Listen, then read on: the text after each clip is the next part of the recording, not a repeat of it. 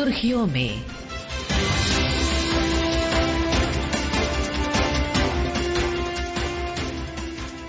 ये आकाशवाणी है।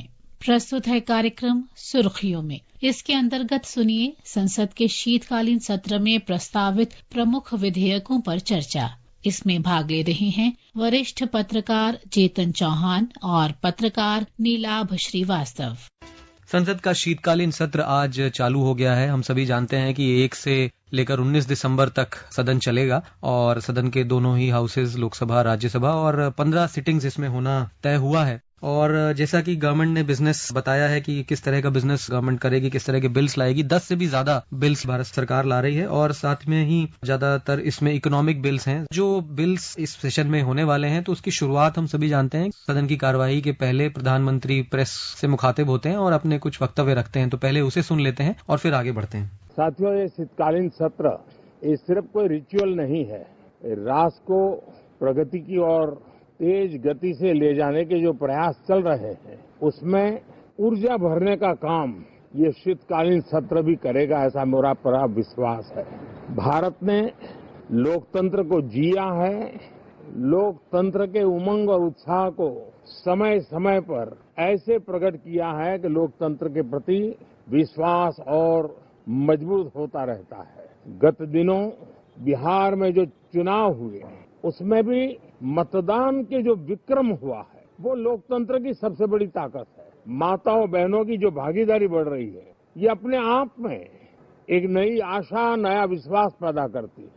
इन सभी में सारे बिल्स सभी इंपॉर्टेंट हैं अपने अपने कारणों के कारण। मैं चाहूंगा कि आप प्लीज सर हमें बताएं कि किस तरह के ये बिल्स हैं, आप किस बिल को ज्यादा महत्वपूर्ण समझते हैं और क्या मंशा है भारत सरकार की इसको लाने के पीछे। देखिए, जैसे आपने कहा कि काफी सारे बिल इकोनॉमी से रिलेटेड हैं और इसमें सरकार की एक मंशा जो साफ नजर आती है कि वो स्ट्रीमलाइन करना चाहते हैं काफी सारे प्रोसेसेस, और वो इन्वेस्टमेंट के दृष्टिकोण से भी बहुत ही इम्पोर्टेंट माने जा सकते हैं। एक जो बिल है जो इन्वेस्टमेंट पॉइंट ऑफ व्यू से बहुत इम्पोर्टेंट है वो है इंश्योरेंस लॉ अमेंडमेंट बिल। इसमें इंश्योरेंस जो सेक्टर है उसका डीपर पेनिट्रेशन, उसकी ग्रोथ और ease of doing business insurance sector में सरकार उसको बढ़ावा देना चाहती है। इसमें 100% एफडीआई सरकार अलाउ कर रही है इंश्योरेंस सेक्टर में, जो पहले 74% थी। इस बिल के थ्रू सरकार लाइसेंसिंग जो है इंश्योरेंस कंपनीज का उसको भी आसान करने जा रही है। अभी ऐसा था कि हेल्थ सेक्टर के लिए अलग था, जनरल के लिए अलग था, मोटर के लिए अलग था। तो एक यूनिफॉर्म लाइसेंस, एक ही लाइसेंस होगा, आप किसी भी सेक्टर में आपको इंश्योरेंस करना है, एक छतरी के नीचे। हाँ, एक लाइसेंस से आप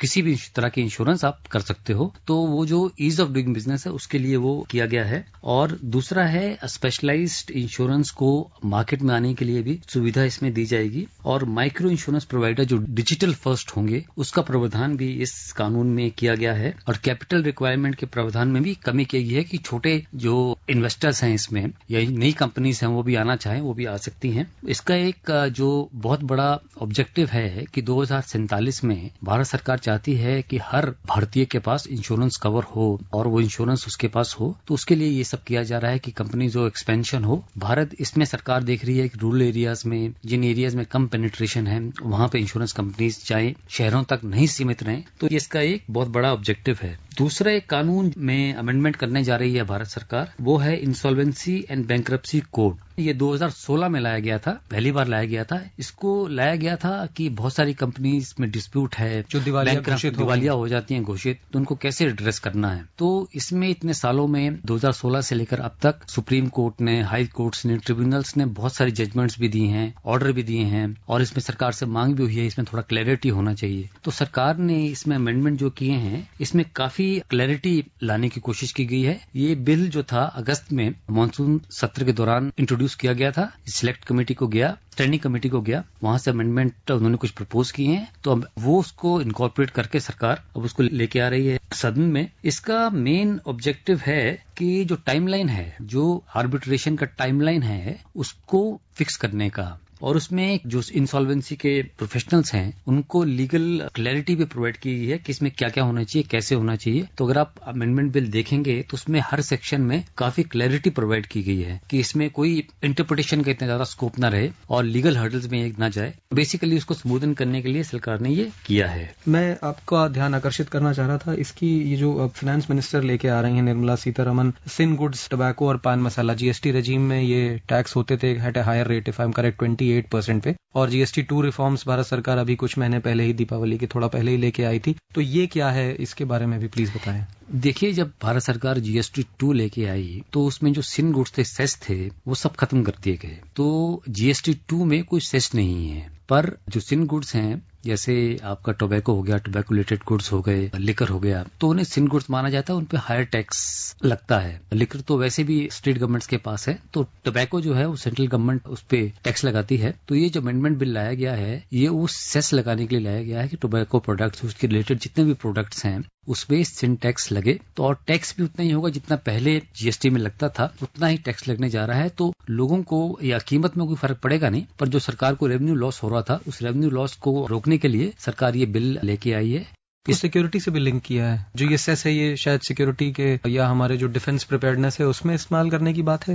इसको 2 डिफेंस प्रिपेयर्डनेस में करने की और हेल्थ में यूज करने की बात है। तो दोनों में इसमें प्रायोरिटी सेक्टर है, तो इसमें दोनों में बात करने की बात है कि इसको इसमें भी इस्तेमाल किया जाएगा और हेल्थ सेक्टर में भी किया जाएगा। तो इसका मेन अगर आप देखें तो ये नया बिल ऐसा नहीं है, जीएसटी से जो स्लैब हटा था वहाँ उसको इंट्रोड्यूस किया जा रहा है ये एक्साइज अमेंडमेंट के थ्रू। हम अभी बात कर रहे थे तो आपने मुझे ये न्यूक्लियर पावर के बारे में बताया, ये बहुत ही इंपॉर्टेंट बिल है, इसके बारे में जरूर बताएं, उसके बाद हम फिर आगे बढ़ते हैं। एटॉमिक एनर्जी बिल 2025 लाया जा रहा है। ये मुझे लगता है कि न्यूक्लियर डील के बाद सबसे बड़ा रिफॉर्म है एटॉमिक एनर्जी सेक्टर में। इसमें सबसे पहली बात है कि प्राइवेट सेक्टर को अलाउ किया जा रहा है इसमें आने के लिए, और स्टेट गवर्नमेंट्स भी अपने न्यूक्लियर पावर प्लांट्स बना सकती है। तो अब तक nuclear power corporation of India ही देश में न्यूक्लियर प्लांट्स लगा सकती थी, तो उससे अब उसको एक्सपेंड करने के लिए सरकार ने प्राइवेट सेक्टर को अलाउ किया और स्टेट गवर्नमेंट्स को अलाउ किया है। तो इसमें जो सर्वेज किए गए हैं उसमें काफी सारी साइट्स आइडेंटिफाई की गई हैं देश भर में जहां पे न्यूक्लियर पावर प्लांट्स लग सकते हैं, सुरक्षित तरह से लग सकते हैं, और उसमें काफी रिसर्च भी हुआ है भारत में कि किस तरह के प्लांट लग सकते हैं। एक इम्पॉर्टेंट अमेंडमेंट इसमें यह भी है कि जो टेक्नोलॉजी है जो बाहर की कंट्रीज के पास, यूएस के पास है, फ्रांस के पास है, जहां पे जर्मनी के पास पहले थी, तो न्यूक्लियर टेक्नोलॉजी ट्रांसफर के लिए भी इसमें मैकेनिज्म दिया गया है। इसमें यह भी है कि भारत की कोई कंपनी किसी यूरोपियन कंपनी के साथ या जापानीज कंपनी के साथ, बाहर की किसी भी कंपनी के साथ कोलैबोरेट करके भारत में एक न्यूक्लियर पावर प्लांट बना सकती है। इसके अलावा कि एक्सपेंड होने के अलावा इसका एक क्लाइमेट चेंज से रिलेटेड ऑब्जेक्टिव भी है, जो भारत सरकार की प्रतिबद्धता रही है कि 100 गीगावाट न्यूक्लियर पावर प्लांट से भारत ने टारगेट किया है कि हमें करना है 2047 तक, जब देश डेवलप्ड कंट्री बनेगी। तो इसमें हमने जो अब तक रिन्यूएबल एनर्जी में किया है, हमारा एक्सपेंशन मोस्टली हुआ है सोलर में, विंड में, ये 2 प्राइम सेक्टर रहे हैं, पर रिन्यूएबल में इतना एक्सपेंशन नहीं हुआ क्योंकि काफी बॉटलनेक्स थे। Nuclear power corporation of India की एक लिमिटेशन भी है। तो इससे हमारा जो 2070 में नेट जीरो का जो ऑब्जेक्टिव है वो भी हम मीट कर पाएंगे, और जो एनर्जी एफिशिएंसी है हमारे पास वो भी उससे इंप्रूव होती है। और जैसे ही हमारी इकोनॉमी ग्रो करेगी, हमें ज्यादा एनर्जी की जरूरत पड़ेगी, ज्यादा बिजली की जरूरत पड़ेगी, तो न्यूक्लियर पावर प्लांट से हमें क्लीन एनर्जी मिल पाएगी। क्योंकि अगर आप देखिए ग्लोबली कोल जो हमारा थर्मल है वो अभी भी 60% हमें बिजली देता है, तो उसकी डिपेंडेंसी आने वाले टाइम में कम होती रहेगी। प्रधानमंत्री ने आज कुछ वक्तव्य दिए, उसको सुनते हैं और फिर आगे बढ़ते हैं। ये सत्र संसद देश के लिए क्या सोच रही है, संसद देश के लिए क्या करना चाहती है, संसद देश के लिए क्या करने वाली है, इन मुद्दों पर केंद्रित होनी चाहिए। विपक्ष भी अपना दायित्व निभाएं, चर्चा में ऐसे मुद्दे उठाएं, मजबूत मुद्दे उठाएं, पराजय के निराशा में से बाहर निकल करके आए। लेकिन मेरा सभी दलों से आग्रह है कि शीतकालीन सत्र में पराजय की बौखलाहट का वो मैदान नहीं बनना चाहिए। दूसरे कुछ बिलों के बारे में आप बता रहे थे, मेरे ख्याल से उसमें आज एक मणिपुर का goods and services tax second amendment bill भी था, जो कि आज लोकसभा में पास भी किया है। वो आई थिंक शायद आप ही बता रहे थे मुझे कि ये प्रेसिडेंट रूल है वहां पर, तो शायद इस कारण से पार्लियामेंट को वो प्रोसीडिंग्स करनी पड़ती है। वो स्टेट गवर्नमेंट का एक बिल है। जब जीएसटी रिफॉर्म भारत सरकार लेके आई अगस्त में, तो उसमें स्टेट गवर्नमेंट्स को अमेंडमेंट्स अपने रिस्पेक्टिव लॉज में करने पड़े। तो मणिपुर सरकार का भी उसी तरह का एक अमेंडमेंट है जो पार्लियामेंट में आज लोकसभा में पास हुआ है। और क्योंकि क्योंकि वहाँ पे असेंबली है नहीं, राष्ट्रपति शासन है, तो ये लोकसभा को ही या पार्लियामेंट को ही अप्रूव करना होता है। जी, दूसरे कुछ बिल्स हैं जैसे कि ये नेशनल हाईवेज अमेंडमेंट बिल भी है और एक कॉर्पोरेट लॉज अमेंडमेंट बिल है, इनके बारे में प्लीज हमारे श्रोताओं को बताएं। कॉर्पोरेट लॉ अमेंडमेंट बिल जो है, इसमें कंपनीज एक्ट और लिमिटेड लायबिलिटी पार्टनरशिप को अमेंड किया जा रहा है। इसमें ईज ऑफ डूइंग बिजनेस और सर्टेन गैप्स जो कंपनी लॉ कमेटी ने 2022 में रिकमेंड किए थे सरकार को, उनको लाया जा रहा है। तो इसका प्राइमरी ऑब्जेक्टिव जो आप देखेंगे तो एक तो है ईज ऑफ डूइंग बिजनेस, क्योंकि जो रेगुलेशंस थे उनको इजियर किया जा रहा है, ट्रांसपेरेंट किया जा रहा है। दूसरा तो पेनल्टी एडजस्टमेंट्स हैं, दोनों कानूनों में थोड़ी अलग अलग पेनल्टी थी, स्पेशली फ्रॉड, फॉल्स स्टेटमेंट को लेते हुए उसको स्ट्रीमलाइन किया गया है। और जो इंसॉल्वेंसी और बैंकरप्सी रिफॉर्म अभी सरकार एक अमेंडमेंट बिल के थ्रू लेके आ रही है, उसको भी इसमें इनकॉर्पोरेट किया गया है। बेसिकली जो तीनों कानून है, सारे कानून हैं, वो एक ही तरह के हों, ये ऑब्जेक्टिव है इस कॉर्पोरेट लॉ अमेंडमेंट बिल का। इसमें डिस्प्यूट रेजोल्यूशन और सिंप्लीफाइड डिसोल्यूशन ऑफ कंपनीज का भी प्रावधान इसमें किया गया है, उसमें भी क्लैरिटी और सिंप्लीफिकेशन लाया गया है। जी हाँ, अब national highways amendment bill, highway amendment bill मुझे लगता है कि काफी इंपॉर्टेंट बिल है लैंड एक्विजिशन के पर्पज से। अगर आप देखें, जो कि ऐसे प्रोजेक्ट्स का सबसे बड़ा मुद्दा होता है, सबसे बड़ा मुद्दा रहता है डिले का कारण। अगर आप देखो तो 80-90% जो प्रोजेक्ट है, अगर उसमें जो डिले होता है तो लैंड एक्विजिशन की वजह से होता है कि काफी टाइम लगता है। जो लैंड एक्विजिशन बिल है उसका जो प्रोसेस है, उसको करने में कई बार कई महीने, साल भी लग जाते हैं। और उसमें ये भी होता है कि कुछ लोग जिनकी जमीन जा रही है वो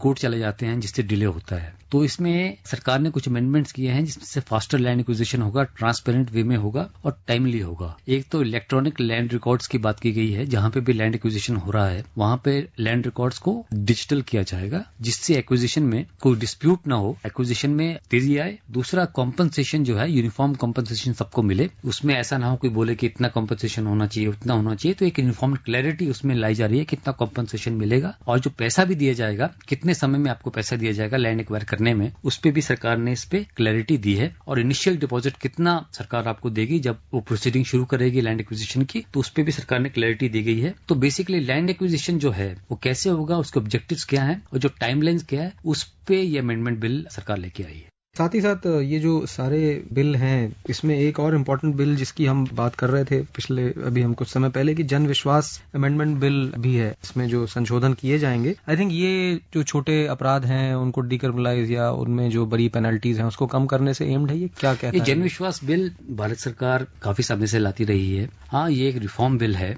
अब पेनल्टीज को लेते हुए इस बार 17 कानूनों में प्रावधान में बदलाव लिया जाएगा, जिसमें माइनर ऑफेंसेस के लिए पेनल्टीज रैशनलाइज की जा रही हैं। ये अगस्त में 2025 में इंट्रोड्यूस किया गया था लोकसभा में और ये सिलेक्ट कमेटी को गया था। उनके कुछ रिकमेंडेशंस है, उसको इनकॉर्पोरेट करते हुए ये बिल लाया जा रहा है। तो इसका यह है कि छोटे ऑफेंसेस के लिए किसी को जेल ना जाना पड़े, बहुत हैरेसमेंट उसका ना हो, वो अपना फाइन देके उससे उसको मुक्ति मिल सके, तो इसलिए ये कानून लाया जा रहा है। एक इम्पोर्टेंट बिल मेरे हिसाब से जो है वो है हायर एजुकेशन रेगुलेटरी बिल, वो जो लाया जा रहा है। क्योंकि इसका अगर मैं आपको हिस्ट्री बताऊं कि ये यूपीए के सरकार में जब एडमिनिस्ट्रेटिव रिफॉर्म कमीशन बना था तो उन्होंने इस पे बात की थी। उन्होंने एक रिपोर्ट भी लाए थे on higher education regulatory commission, पर ये काफी साल हो नहीं पाया क्योंकि जितने भी रेगुलेटर थे वो चाहते नहीं थे कि अपना कंट्रोल जो है हायर एजुकेशन इंस्टीट्यूशंस पे वो कम हो। अब ये भारत सरकार बहुत बड़ा रिफॉर्म लेके आई है हायर एजुकेशन सेक्टर में। इसमें जैसे अभी जो एग्जिस्टिंग रेगुलेटरी बॉडीज हैं, जैसे यूनिवर्सिटी ग्रांट्स कमीशन,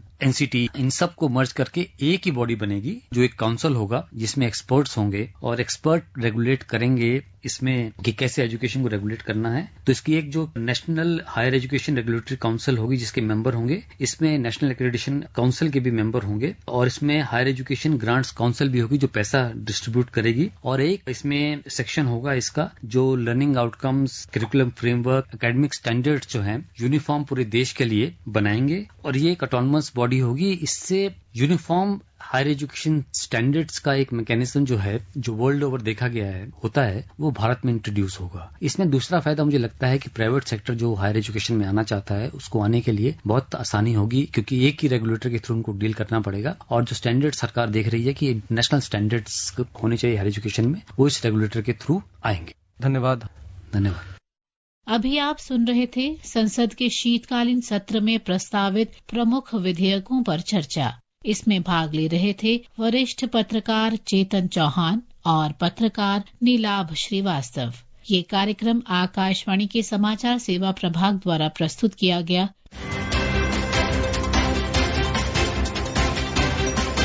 सुर्खियों में।